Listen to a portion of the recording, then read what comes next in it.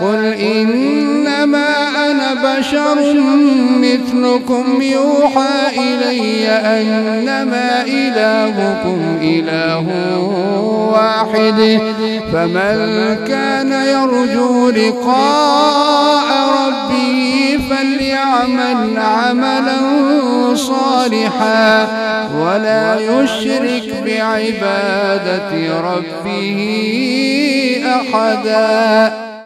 أقيموا صفوفكم رحمكم الله. मिल जाएं साथ الله أكبر.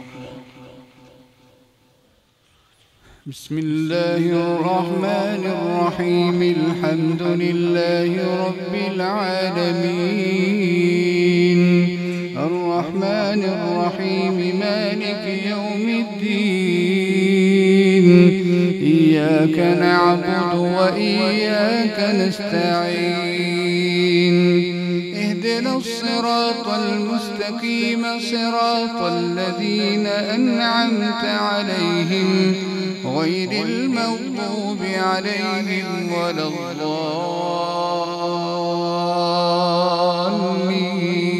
الضالين آمين.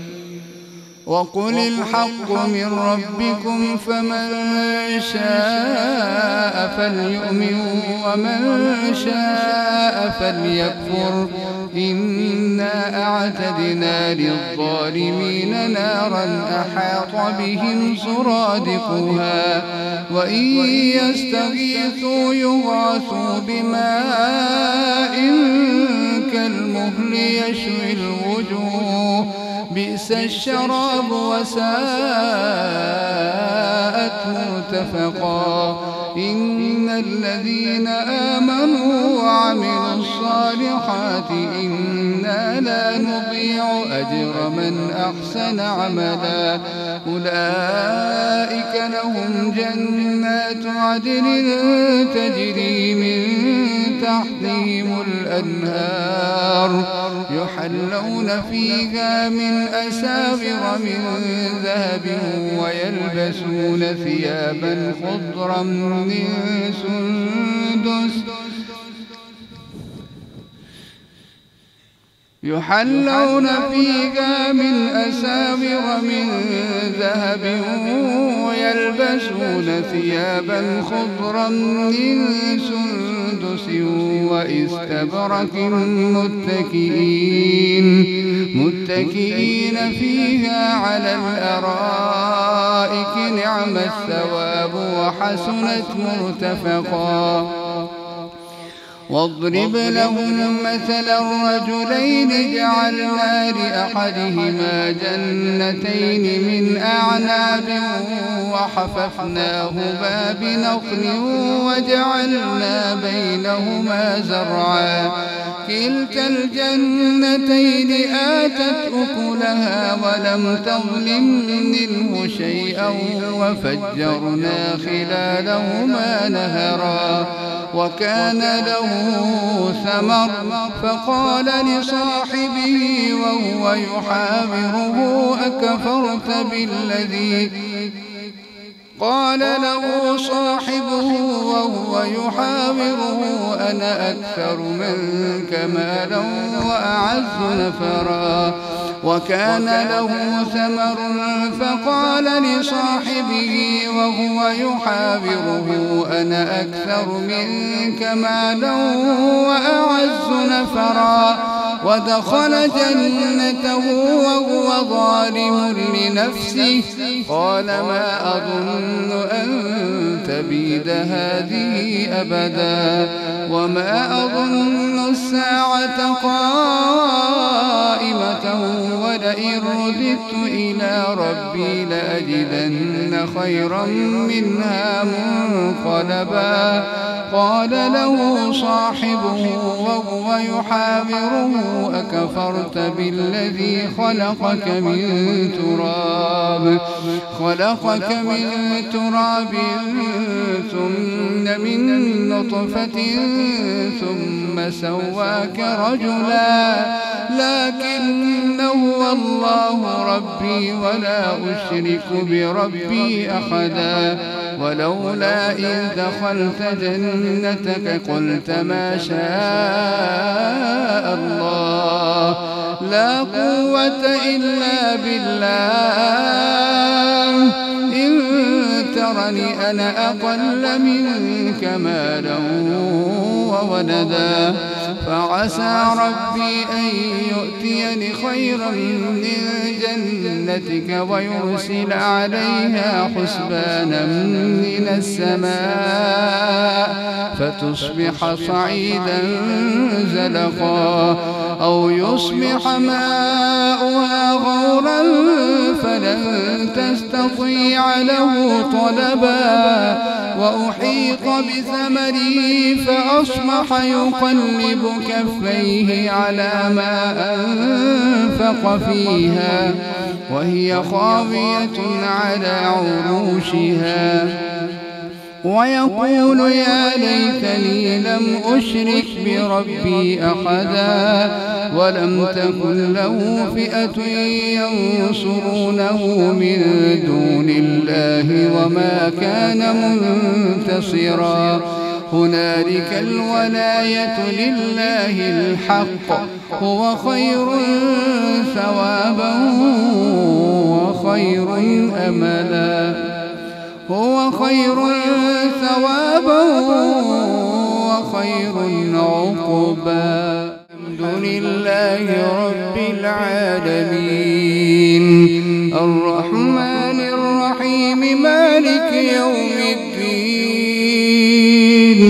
إياك نعبد وإياك نستعين اهدنا الصراط المستقيم صراط الذين أنعمت عليهم غير المغضوب عليهم ولا الضالين آمين واضرب لهم مثل الحياة الدنيا كماء أنزلناه من السماء فاختلط به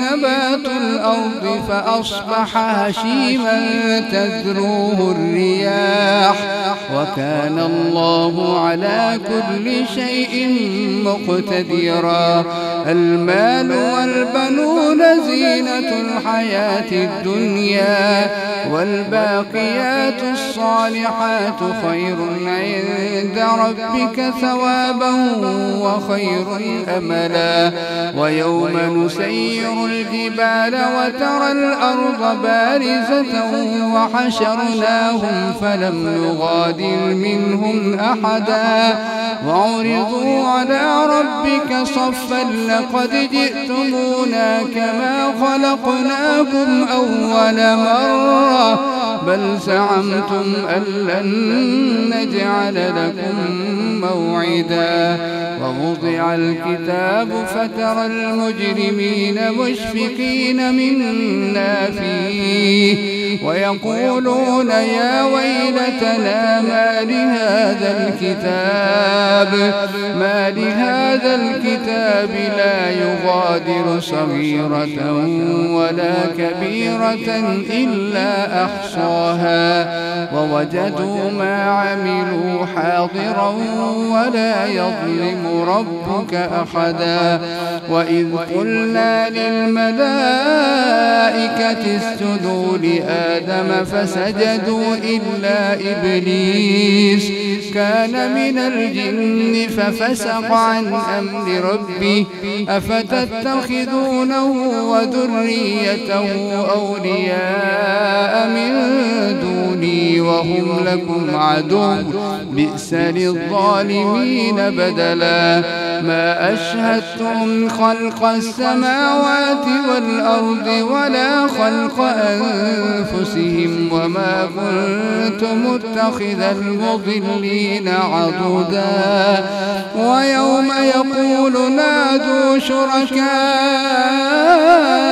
الذين كنتم ويوم يقول نادوا شركائي الذين زعمتم فدعوهم فلم يستجيبوا لهم ورأوا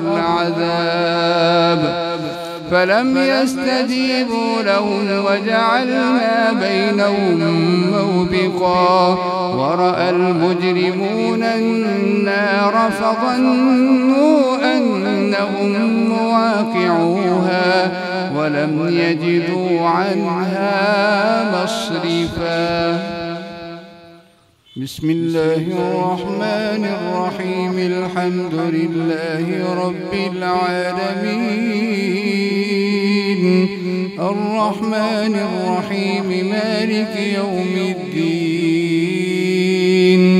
إياك نعبد وإياك نستعين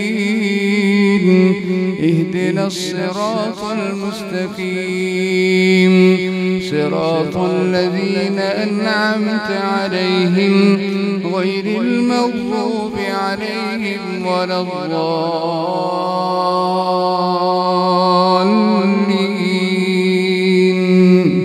آمين. ولقد صرفنا في هذا القرآن للناس من كل مثل وكان الإنسان أكثر شيء جدلا. وما منع الناس أن يؤمنوا إذ جاءهم الهدى ويستغفروا ربهم إلا أن تأتيهم سنة الأولين أو يأتيهم العذاب قبلا. وما نرسل المرسلين إلا مبشرين ومنذرين ويجادل الذين كفروا بالباطل ليدحضوا به الحق واتخذوا آياتي وما أنذروا هزوا. ومن أظلم ممن ذكر بآيات ربه فأعرض عنها ونسي ما قدمت يداه إنا جعلنا على قلوبهم أكنة أن يفقهوه وفي آذانهم وقرا وإن تدعوهم إلى الهدى فلن يهتدوا إذا أبدا. وربك الغفور ذو الرحمة لو يؤاخذهم بما كسبوا لعجل لهم العذاب بل لهم موعد لن يجدوا من دونه موئلا. وتلك القرى أهلكناهم لما ظلموا وجعلنا لمهلكهم موعدا. وإذ قال موسى لفتاه لا أبرح حتى أبلغ مجمع البحرين أو أمضي حقبا فلما بلغا مجمع بينهما نسيا حوتهما فاتخذ سبيله في البحر سربا.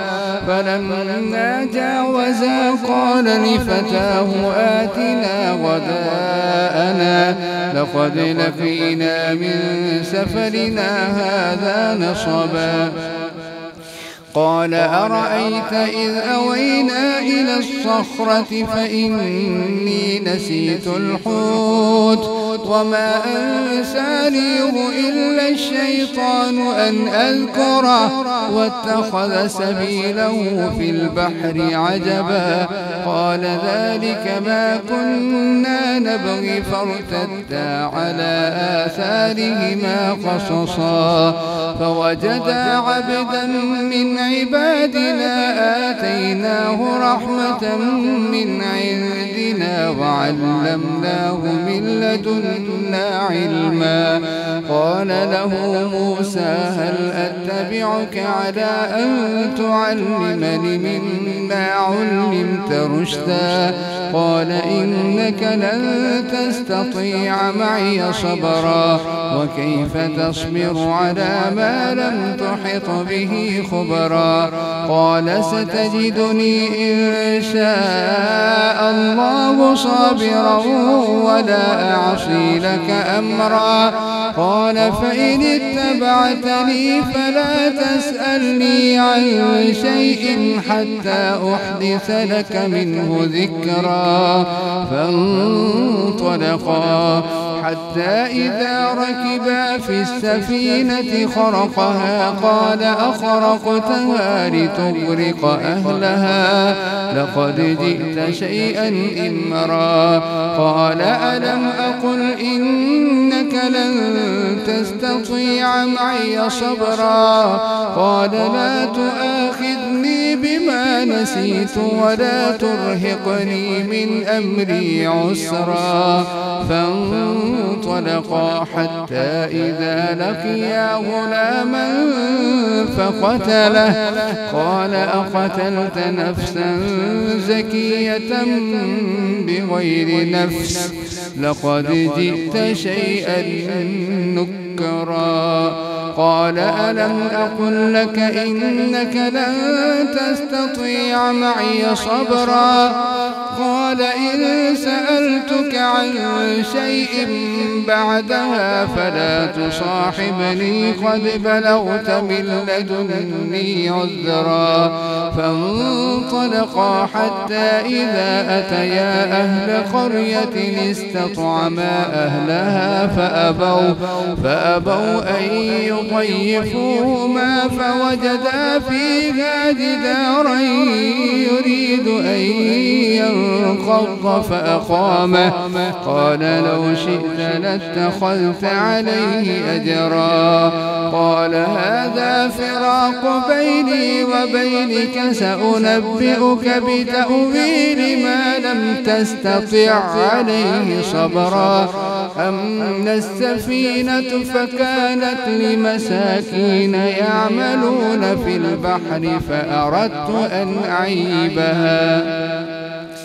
فأردت أن أعيبها وكان وراءهم ملك يأخذ كل سفينة غصبا. وأما الغلام فكان أبواه مؤمنين فخشينا أن يرهقهما طغيانا وكفرا. فأردنا أن يبدلهما ربهما خيرا منه زكاة وأقرب رحما.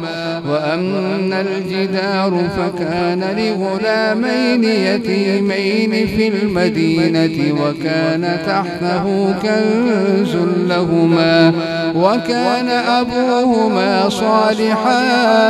فأراد ربك أن يبلغا أشدهما ويستخرجا كنزهما رحمة من ربك وما فعلته عن أمري ذلك تأويل ما لم تستطع عليه صبرا. ويسألونك عن ذي القرنين قل سأتلو عليكم منه ذكرا. إنا مكنا له في الأرض وآتيناه من كل شيء سببا. فأتبع سببا حتى إذا بلغ مغرب الشمس وجدها تغرب في عين حمئة ووجد عندها قوما. قلنا يا ذا القرنين إما أن تعذب وإما أن تتخذ فيهم حسنا. قال أما من ظلم فسوف نعذبه ثم يرد إلى ربه فيعذبه عذابا نكرا. وأما من آمن وعمل صالحا فله جزاء الحسنى وسنقول له من أمرنا يسرا. ثم أتبع سببا حتى إذا بلغ مطلع الشمس وجدها تطلع على قوم لم نجعل لهم من دونها سترا كذلك وقد أحطنا بما لديه خبرا ثم أتبع سببا حتى إذا بلغ بين السدين وجد من دونهما قوما لا يكادون يفقهون قولا قالوا يا ذا القرنين إن يأجوج ومأجوج مفسدون في الأرض فهل نجعل لك خرجا على أن تجعل بيننا وبينهم سدا قال ما مكنني فيه ربي خير فأعينوني بقوة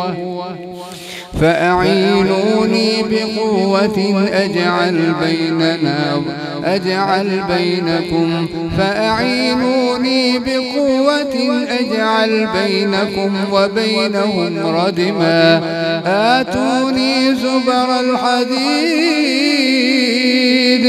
حتى إذا ساوى بين الصدفين قال انفخوا حتى إذا جعله نارا قال آتوني أفرغ عليه قطرا فما استطاعوا أن يظهروه وما استطاعوا له نقبا قال هذا رحمة من ربي فإذا جاء وعد ربي جعله دكا وكان وعد ربي حقا وتركنا بعضهم يومئذ يموج في بعض ونفخ في الصور فجمعناهم جمعا وعرضنا جهنم يومئذ للكافرين عرضا الذين كانت أعينهم في غطاء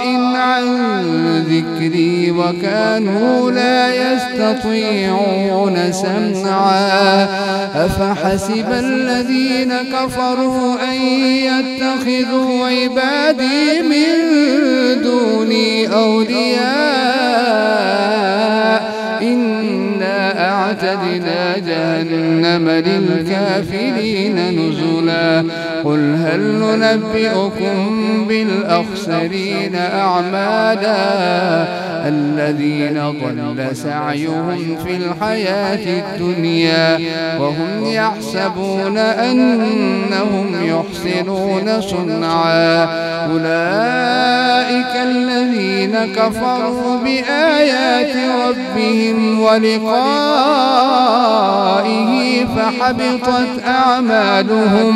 فحبطت أعمالهم فلا نقيم لهم يوم القيامة وزنا ذلك جزاؤهم جهنم بما كفروا واتخذوا آياتي ورسلي هزوا إن الذين آمنوا وعملوا الصالحات إنا لا نضيع أجر من أحسن عملا إن الذين آمنوا وعملوا الصالحات كانت لهم جنات الفردوس نزلا خالدين فيها لا يبغون عنها حولا قل لو كان البحر مدادا لكلمات ربي